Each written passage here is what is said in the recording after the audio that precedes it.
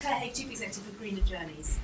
First of all, I mean, brilliant, absolutely brilliant morning. This is really exciting, fantastic research, and it's brilliant that Heathrow got this focus, which, I mean, is really important. And anyone who knows Greener Journeys will know just how much we believe in this. And you know, what really struck me was just what an unbelievable product it actually is. But the Snap presentation, just now, you made a really good point where you said that pretty much everything that the coach operators can be doing, they are doing, right? Okay, perhaps there's more in terms of comms, in terms of getting the message out there, what a fantastic product this is. But if we're really going to kind of get that prize, what needs to change that is beyond the control and power of coach operators? You know, what are the changes that would really help the market? So, to give an analogy from the bus sector, one thing that springs to mind that is a major problem for bus travel is congestion. Now, and it really slows down bus speeds, you know, the impact on patronage, etc., etc. And obviously, punctuality and reliability is really key to coach services. So, I'm wondering, you know, have you got any, from the perspective of growing the market, you know, what congestion is something that is very largely outside of the transport operators' control. I'd love to hear your thoughts. What needs to change outside in terms of external circumstances? Let me start on that one as you referenced my presentation, and I absolutely agree. And for me, the most important thing is congestion, but it's not just congestion; it is perceptions of congestion. And it feels to me that we are at an absolutely key moment right now. Government is spending a lot of money running competitions to get design ideas for technology to completely transform the management of the highways network. And they are doing that for autonomous. And autonomous is a thing, but it's actually simply a technology. The purpose of roads is to transport people from A to B. And if now, this moment in time, while these decisions are being taken, we can be influencing government and saying the highways management objective is to move people. Therefore, we should be managing the roads to maximise throughput. Therefore, the technology should be maximised. It should be specified to maximise the number of people who can use a road, because that's the point of a road. Then suddenly you change the agenda. It's simply the metric. It's the metric of success. And by the way, rail has long managed its network in order to maximise capacity. And the result is that tens of billions get spent on route upgrades year after year, decade after decade, and the highways network isn't there. And I would love to see everyone who's on this stage right now, and the wider industry, going into bat now to talk to government about changing one thing, which is the metric of success for the road network. Because if that happens, then you will start to see the use of that technology to prioritise collective transport, coaches, multiple use vehicles, and suddenly the agenda for coach is transformed. Because if I don't just have a punctual product, I can guarantee that you'll arrive at that time. Coach is the best form of travel for everyone forever. Could I myself? Sorry, you want to? Yeah, I'd just like to add to that, and I think that one of the key things to unlocking the congestion issue is really to start changing the way people think about travelling, and that's where coach operators come into the fore, because I think that in the UK, where land is at a premium, we're not going to get any more roads, and there's not going to be any more capacity, so we do have to look at the technology. But we've got to switch people's mindset into looking at different modes and more sustainable modes. And with that, that's where the congestion relief will come. And one of the things around the airport is how we can grow the airport without increasing the airport-related traffic on the road network. So we've all got a responsibility to actually sort of do our bit, work together to really change people's mindsets about how they think about travel. So often, many people, the first thing they will say or they think is they'll jump into their car, and that's what the research tells us. What we have to get is, how can we make people think the first thing is coach? That's the shift we need to make. If I can build on that then, I think congestion is a longer term issue and government policy takes a while. The big win for me would be Google Maps. If you went, most Google Maps is an enormously popular platform. I'm just choosing that one, but it's the premium one. Most people type into Google Maps and want to go from A to B, and it will not bring coach up. It tends to search currently on rail, and it does rail, and then it assumes you can make your way at either end. And rail's faster than coach on that middle bit. and it pulls that through. And you have to really search down to get to the coach options. All the coach timetables are available there.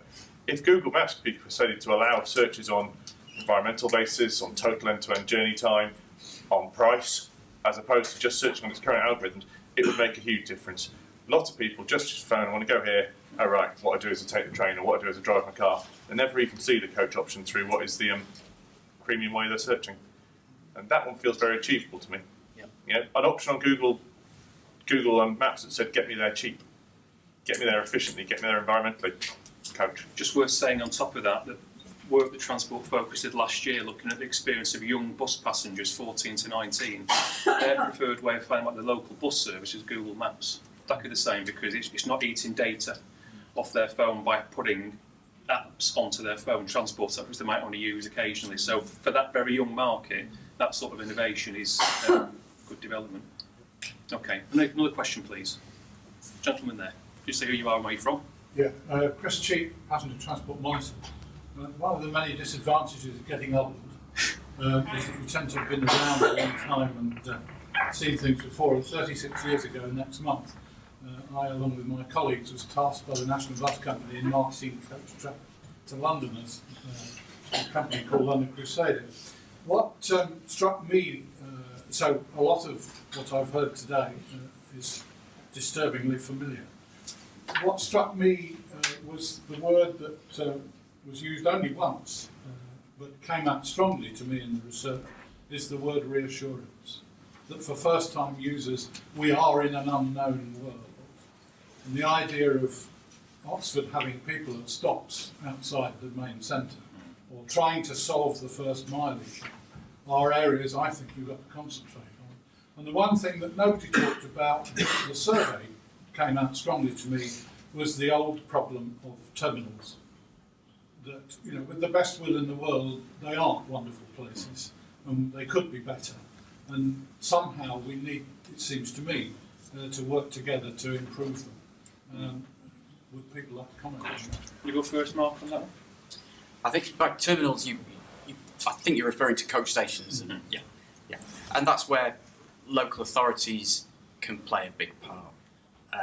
I think historically and today, there's a whole load of local authorities who try, but they don't invest particularly in waiting areas for bus and coach. And that's extremely off-putting for some people. That needs to be fixed. The local authorities working individually, that probably isn't the solution. What we can do as an industry and as consumer groups is build the momentum, build that sort of the social media presence where there's the demand, and the local authorities have to then respond to the demand and work with us to make improvements. I think there's vast scope for one, working with us commercially so that we're not being penalised for bringing a vehicle into a particular area, as in they rather than trying to absorb revenue from us, just build, we'll serve, we'll bring people into your city. And the other is in the way they design, I've touched on it with congestion, in the way they design access, both in terms of vehicle access and pedestrian access into those centres, into those places, we can make the whole thing far more attractive. And we will achieve that modal shift. It has been proven it can be done. So I would urge government and local authorities to work, and other infrastructure owners, work with us, and we will be part of the solution. There's something, just coming back to the environment point, something I need to mention, and that is these clean air zones that are being proposed, and something that really concerns me, and I'm sure concerns everybody else, is the fact that clean air zones implemented with a punitive means of fining, effectively, coach operators for bringing an environmentally friendly vehicle into a city, by charging us £50 or £100 a day per coach, is the risk there is that we have to pull out. We have to stop serving those places because we can no longer make a profit, and we have to make a profit, and we can't just pass those costs on to our consumers. It's unfair on them, and they won't pay. So the unintended consequence of some of these clean air zone policies is that it's effectively a tax on us, and it's effectively it's going to put at risk an environmentally friendly mode, and it may mean that people then are no longer able to use a coach, so they go out and buy an old banger and drive that around on the roads that are supposed to be a clean air zone road. So there's a huge amount of work that we can do. I think we're all up for it. So maybe someone else wants to comment. Yeah, I'll just quickly add to that, because obviously I mentioned our coach station waiting area, which we invested in almost out of frustration, because you're right. I mean, the local authorities, they're not investing in it. And I think it's partially because they don't have the right incentives. You know, we're now getting to these clean air zone, stages, which is kind of like what, we're trying to treat the clean air zone, but actually the cause of it is congestion in the first place. If we didn't have the congestion, and if they're incentivized to not have congested roads, or if the roads were priced more appropriately to disincentivize cars and that kind of thing, we wouldn't actually have to worry about a clean air zone, because the traffic will be moving and it will be fine. So I think, in a way, I don't blame local authorities for not investing, but it is a chicken and egg thing, and why would they? They collect some departure charges from us, and yeah, that's fine, they'll take that, but apart from that, they just want people in the city, and at the moment there's no incentive to make coach the transport method of choice to get into the towns and cities. So, Yeah, I guess a word of caution really. I think we need to be careful not to rely on the local authorities coming forward. I think they've got much bigger priorities. They're struggling to run some basic services at the moment. I think what as transport operators need to do is we need to work collaboratively together to present the local authorities with a value for money proposition that they can then support and take forward from that local community perspective. I think if we're going to expect a local authority to put their own business case together for why to improve these custom coach and bus stations, I just don't think it's going to happen. And I think how can we as transport operators work together and know what our passengers want, and then come up with a proposition that then delivers value both to ourselves and to the local authority. That's going to be the solution ultimately. The clean air zone debate is going to be one that's rumbled, because as a proud Mancunian, the announcement this week from Andy Burnham about what's potentially going to happen there through consultation, I suspect it's going to be a show of strength, I guess, by the bus operators and the coach industry, I think, to try and win that battle. Lady at the back, question please. Hi, my name's Hannah. I'm Head of Communications at Transport Focus. Since the start of my work on this project, I've been dying to ask this question. Do you think there's a role for an airport like Heathrow in particular, given all the controversy about your expansion, to actually find a really creative way to persuade the airlines to flag the sustainability of coming to the airport by coach when people actually book their tickets? Yep. Particularly the low-cost ones. Absolutely, and what's driving that is it's in the airline's interest to make any airport that they fly to and from convenient to get to for their passengers. So the airlines that operate out of Heathrow do not want to see a Heathrow today or an expanded Heathrow that is very difficult, very inconvenient to get to, because those passengers will just simply choose another airport that's easier and more convenient to travel to. What we've got to do a better job of, I think, is really articulating those benefits that accrue to the airlines, because the airline market itself is a very competitive market. They're facing a number of headwinds. We see constantly changes in the airline market, and of course, when we go and approach the airlines, it's not necessarily up the top of their agenda, and we need to be making a stronger argument to them of how we fit both coach and rail into their booking systems and get them processed higher up the priority list. Do any of you guys work with airlines closely in terms of yes, joining up? Yes, so we make partnerships with airlines for them to sell our tickets, which they do as an ancillary product. But the question is it high enough up the booking channel? Is it the most premium product they can sell? No, they're probably trying to sell you luggage extra and seat reservation more hard than they are the coach. But we do. And the other one is to do deals to move passengers between airports as well. So we work with the airlines and a number of industries. Yeah, again, us, Gatwick and EasyJet/EasyBus. So that works really well in the low-cost market. Heathrow is quite a different market to Gatwick in that it's business travellers and it's a much tougher sell to get them on coaches. But yeah, absolutely. I mean, if airlines can get behind that and drive that, and again be incentivised to do that, then I think they will. Okay. Any more questions? Gentleman there again. Peter Bradley from London Tourist Coach Operators Association. Just building on one of the points that Chris actually raised on a couple of things, it struck me from some discussions that were going on that two of the challenges you've got are actually how you get customers from where they're living to where the coach station goes. I know that Snap and Oxford sort of came up with two possible solutions, but I'd be quite interested to see whether anybody's got any other ideas about how you get over that, because that seems to be one of the issues about reassurance, about how you get from where you live or from your local town to where the coach goes. And I suppose the second thing is actually outside of coach stations is the quality of infrastructure that you've got where that coach stops. So I'm not talking about coach station, but actually your average stop, which sometimes, depending on where you are, can probably leave a lot to be desired about reassuring customers that actually they're at the right place and they know what time the coach or where the coach is going. And facilities for drivers as well. It's an important part. Who wants to take that one? I'll grab that one. So, yeah, getting people to where they board the coach, there's a whole myriad of solutions there. Firstly, there's making sure the coach goes near to where they live.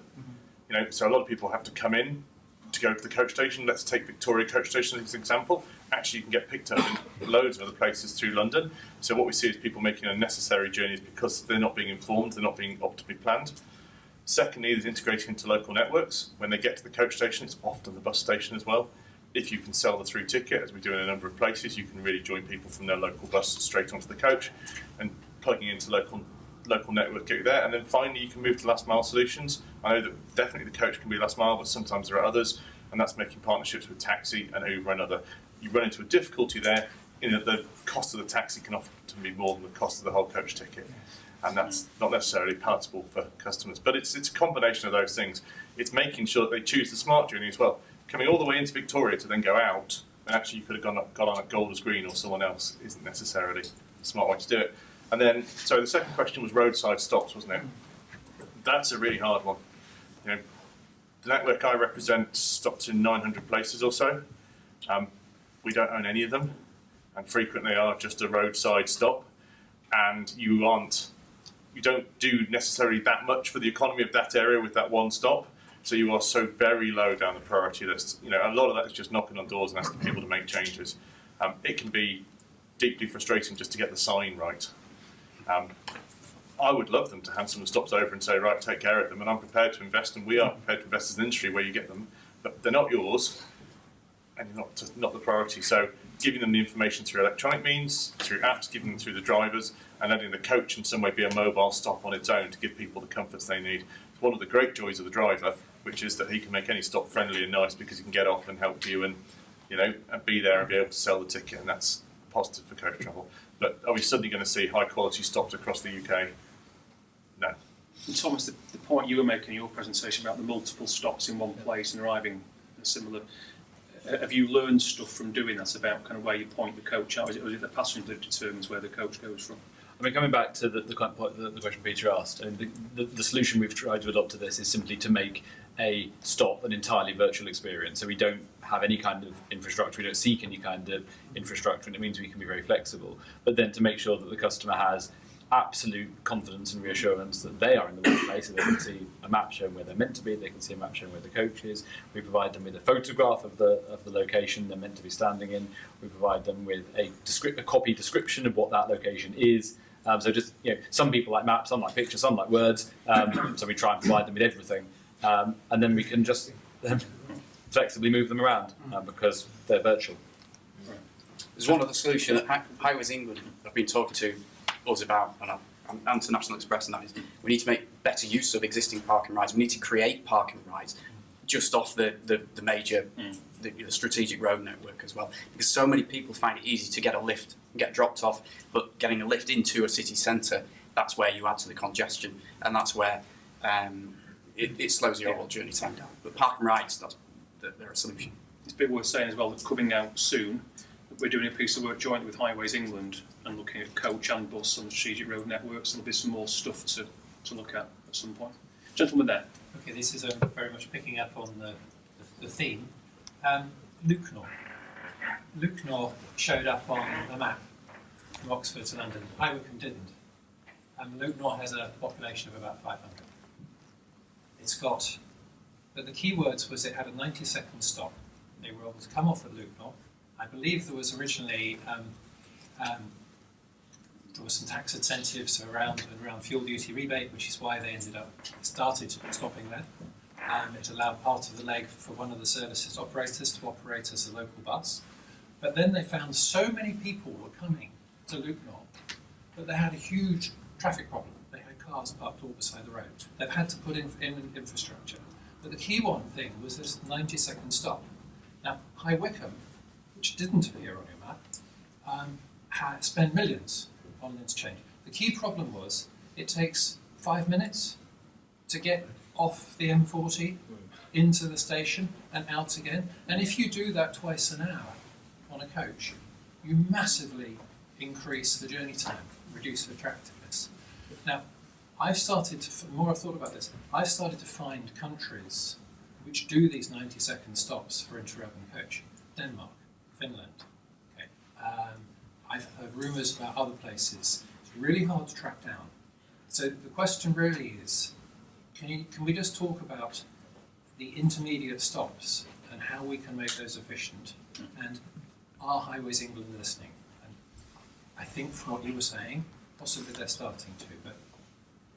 Where are you from, sir? Sorry, Peter Miller from Conga. I'm just sort of thinking about coaches most of the time and how we can make them better. We don't offer services. Yeah. Sorry, I'm Hannah from Bucks County Council, so High Wycombe is in Buckinghamshire. And this is also a problem we have. We have a lovely coachway at High Wycombe with capacity for a coach to stop. Anyone who would like to.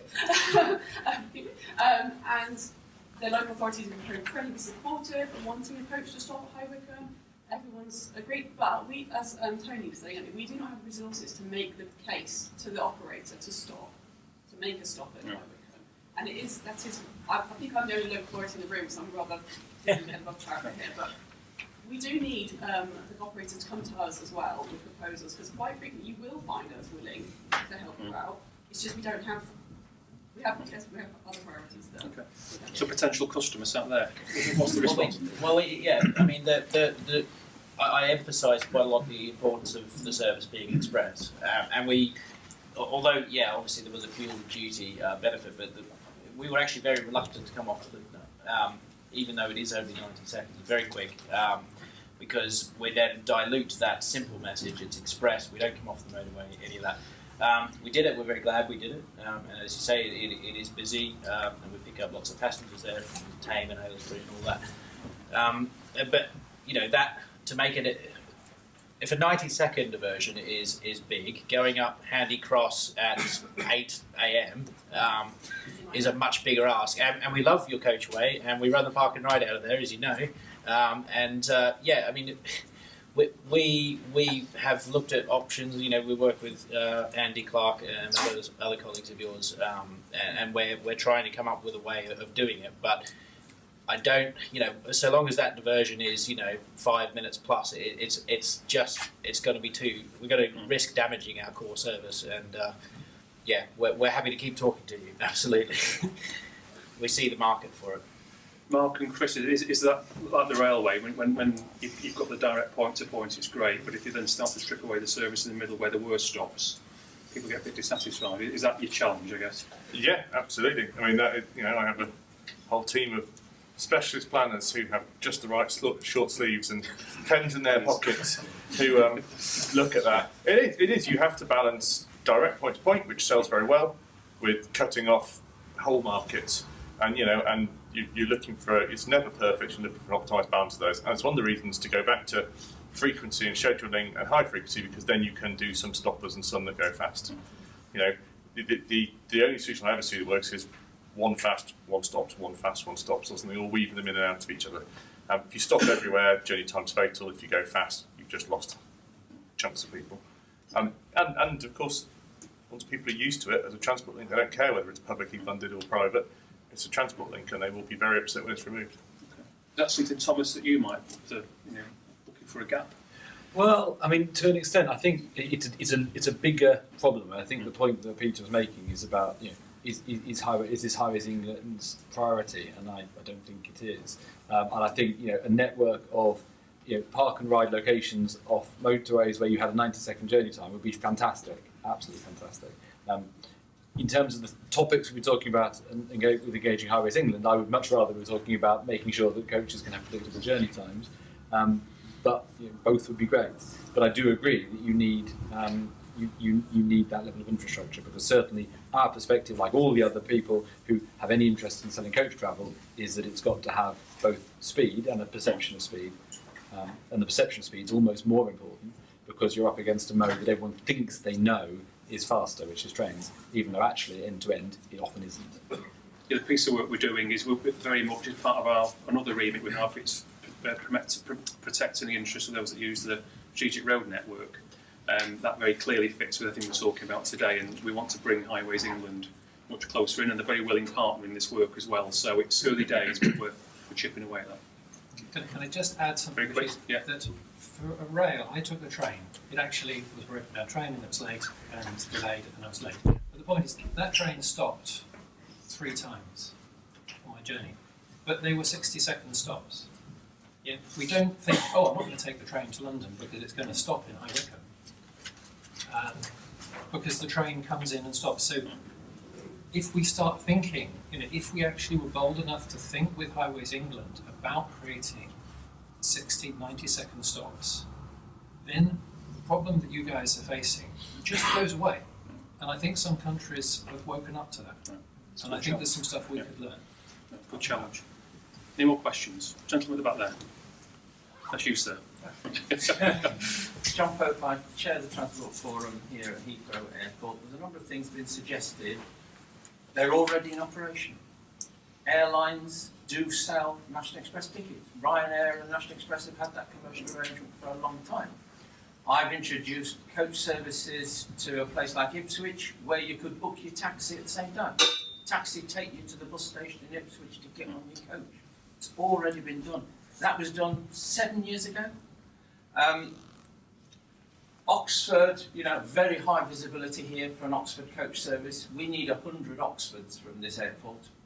Now it's easy, it's a single product, goes to one single city, very easy.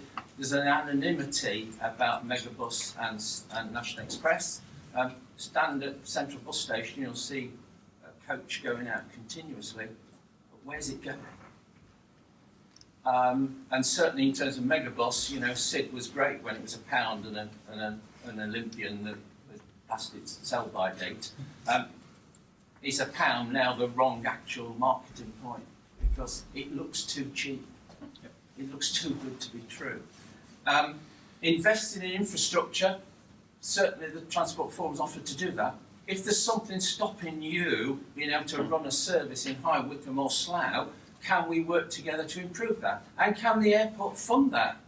But the response hasn't been wonderful, particularly from local authorities, I've got to say, who haven't come forward and said, will you help us to help people get to and from this airport? It's the same problem, it's the lack of resource to make repairs. Okay, but come and talk to us. A bit more joined up and Come and talking. talk to us. I can't do anything in High Wycombe unless you talk to us. And the real issue that somebody talked about park and ride sites, I think this is a real challenge, because if you say can you take me into Cambridge to go to the train station, I may as well take you to the airport. It's a lot easier than trying to find Cambridge rail station, which isn't in Cambridge.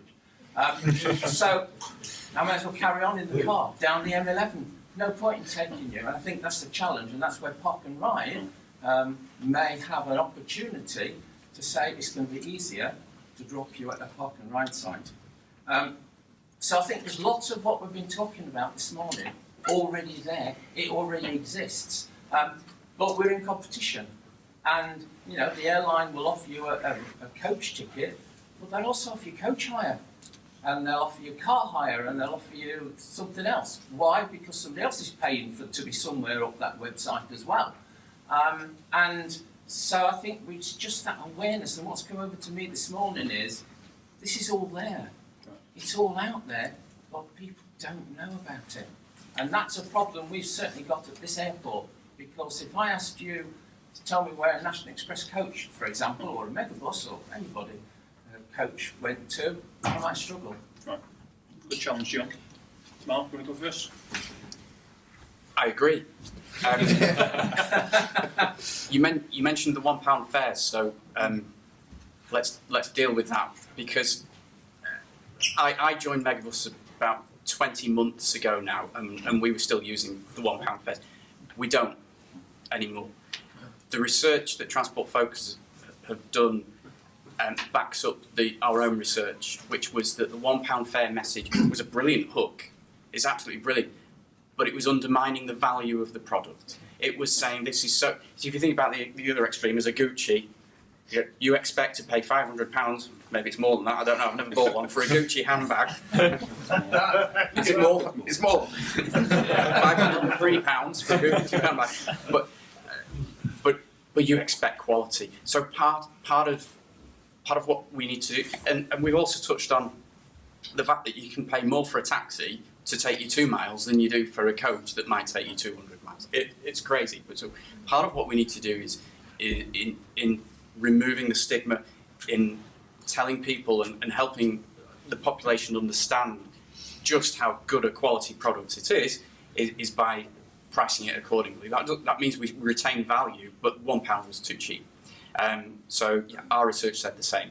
People didn't believe it. They thought it was too good to be true. So we took a decision to remove those fares. Okay. Anyone else? Well, you said about knowing where all the National Express coaches went. I had a lovely map. I'd like it to be all over the walls. You know, truthfully, you know, the network exists. You know, there seems to be sort of reflection now. It's for the coach operators, the only people who are allowed to promote that network. Rubbish. You know, it's a network that serves many places. In this case, it serves Heathrow. Let's put a big map of it on the wall. Let's tell people about it when they book their tickets. You know, it ought to be visible. It can't just rely on the private companies running it to make it visible. Of course, that's our responsibility. You know, it's easy to shout about that network, and yeah, we ought to make that information available to everyone to tell us about. And I'd just like to come in there and say that I think we need to be a bit more interventionist in what we deliver. The airport has got some hard targets within government policy to deliver. What I can't do is sit back and just allow that to organically be delivered. We've got to sort of get on the front foot with this. We are competing. That's a real challenge. There's lots of competition out there, and it's not just rail, it's also non-sustainable modes such as Uber. We've got to come up with a proposition for the passenger and our colleagues that is better than what's out there at the moment, and that will require a lot of collaboration, but most importantly, I think, is technology, because I think it's technology that is the key to unlocking this. Because yes, it's great to have maps plastered all over the airport, but actually the passenger starts their journey planning at home in their front room. And so how do they then find the information? That's what's borne out today in the research. Again, we've got to get into people's front rooms and their kitchens where they book their travel to make sure that coach is the first mode of choice. And on that point, go very quickly. Go on. Just one thing, which is to come back to something Chris said earlier, actually, which is let's not forget that this is actually the one bit of the transport universe that's already growing. UK Rail last year fell by 1%. UK Bus last year fell by 2%. Both the businesses to my left and right saw some of the strongest growth in the mobility sector from any existing incumbent across the entire landscape. You've got businesses like mine, because this is an entirely private sector area, able to come in and innovate and bring new customers in as well. So actually I think that there's an awful lot of opportunity here, and we shouldn't lose track of the fact that this is a sector which new things are happening. And there's a huge amount of forward potential there that sometimes can get overlooked in looking back at the challenges of the past. And on that bombshell, we will stop.